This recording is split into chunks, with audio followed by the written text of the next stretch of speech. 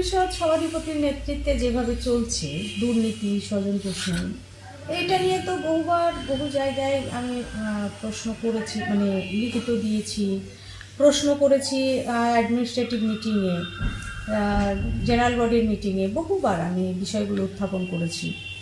দুর্নীতিমুক্ত একটা জেলা পরিষদ করার কথা বা পরিচালনা করার কথা বারবার বলেছি। তো সেখানে এতবার বলার পরেও দেখেছি যে কারেকশন এরা হবে না, দুর্নীতিটাকে এরা প্রশ্রয় দিচ্ছে।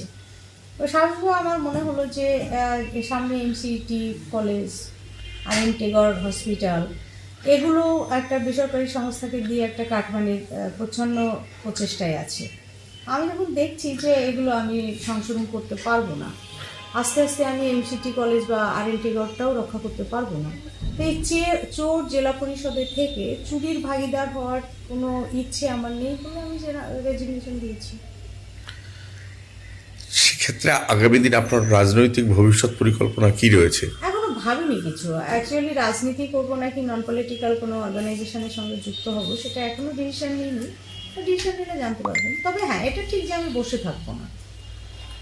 তবে আপনার নিন্দুকেরা তো বলছেন যে ঘরের মেয়ে ঘরে ফিরতে পারেন আবার, ফলে সেক্ষেত্রে কি কংগ্রেসে? ভাবিনি সেটা। ও হলে সেটা সময় দেখবেন আর কি, যে হলে তো জানতেই পারবেন যদি আমি ফিরি। বসে থাকবো না এটা ঠিক, আমি একদম বসে থাকবো এটা থাকবো না।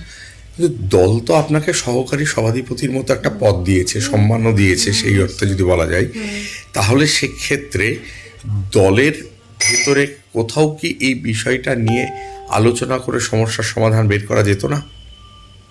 না, দল বলে কিছু নেই মুর্শিদাবাদে, এটা ভুল হচ্ছে। যদি দল থাকতো তাহলে সেই দলের একটা ইনফ্রাস্ট্রাকচার থাকে, দলের একজন লিডার থাকে। দল হলে তার একটা গঠনতন্ত্র থাকে, সেই গঠনতন্ত্রের উপর ভিত্তি করে একটা দল পরিচালিত হয়। এখানে তৃণমূল কংগ্রেসের কিচ্ছু নেই, না গঠনতন্ত্র আছে, না দল বলে কিছু আছে, না লিডারশিপ আছে। এখানে যারা আছে সব নিজের ব্যবসাটুকু হলেই যথেষ্ট, দেখা দরকার নেই বাকিটা। কেন বহরমপুর এবং জঙ্গিপুর দুটো সাংগঠনিক জেলা তৈরি করা হয়েছে, সেখানে চেয়ারম্যান করা হয়েছে, সভাপতি করা হয়েছে, সমস্ত রকম তো গঠনতন্ত্র মিলেই তো করা হয়েছে, তারপরেও এটা আপনার মনে হয় যে একটা ধরুন জেলা সভাপতি, তার একটা বুথ সভাপতি করার সভাপতি সে জানে না তাহলে যে এই জেলা পরিষদে কি চলছে দিনের পর দিন? এতবার আমি সরব হয়েছি, এত খবরের কাগজে বেরিয়েছে, এতবার চুরি প্রমাণ করিয়ে তার টাকা পেনাল্টি করিয়েছি। দল জানে না এগুলো? যদি দল না জেনে থাকে তাহলে দলের নেতা কিসে? না তাদের ভাগটুকু তারা পেয়ে গেলে ব্যাস ঠিক আছে। এখন পর্যন্ত রেজিগনেশন দেওয়ার পরে দলের তরফে কেউ আপনার সঙ্গে যোগাযোগ করেছে? দলের খুব নেতা বলতে আপনারা যাদের বোঝান তারা কেউ আমায় করতে পারেনি, কারণ তাদের সে মুখ নেই আমাকে ফোন করার। যারা নিচুতলার তৃণমূল কর্মী তারা অনেকেই ফোন করেছেন, যারা ছোট নেতা তারা ফোন করেছেন, তবে এটা বলেছেন যে দিদি আমরা পারছি না, আপনি পারলেন, আপনাকে স্যালুট করছি।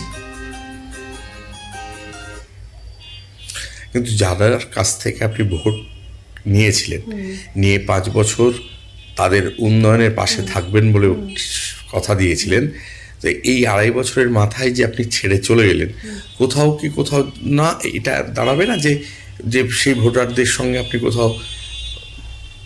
আমার ভোটারদের সঙ্গে না আমার একদম আত্মার সম্পর্ক। এই কারণে আমি যে আজকে রেজিগনেশন দিয়েছি তা আমার এলাকার ভোটারদের সাথে কথা বলেই দিয়েছি। আমি পরপর 3 দিন ওদেরকে নিয়ে মিটিং করেছি। ওরাই ডিসিশন দিয়েছে যে এই দলে আপনাকে থাকতে হবে না, তৃণমূলটা আগে ছাড়ুন।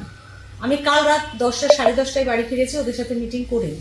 ফলে ও যাদের জন্য আমি এখানে, তারা আমাকে যখন রেজিগনেশন দিতে বলেছে আমি দ্বিধা করিনি, রেজিগনেশন দিয়েছি। দলের কেউ যদি তৃণমূল ভবন থেকে, রাজ্য স্তর থেকে কোনো নেতা বা নেত্রী যদি আপনাকে ফোন করে এটাকে উইথড্র করে নেওয়ার কথা বলে, সেক্ষেত্রে আপনার পরিকল্পনা কি হবে? কোনো প্রশ্নই নেই উইথড্রলের। আমি চোরের দলটা করবো না, তো অন ক্যামেরা বলেছি আমি চোরের দল করবো না, তা আপনাদেরকে অন ক্যামেরা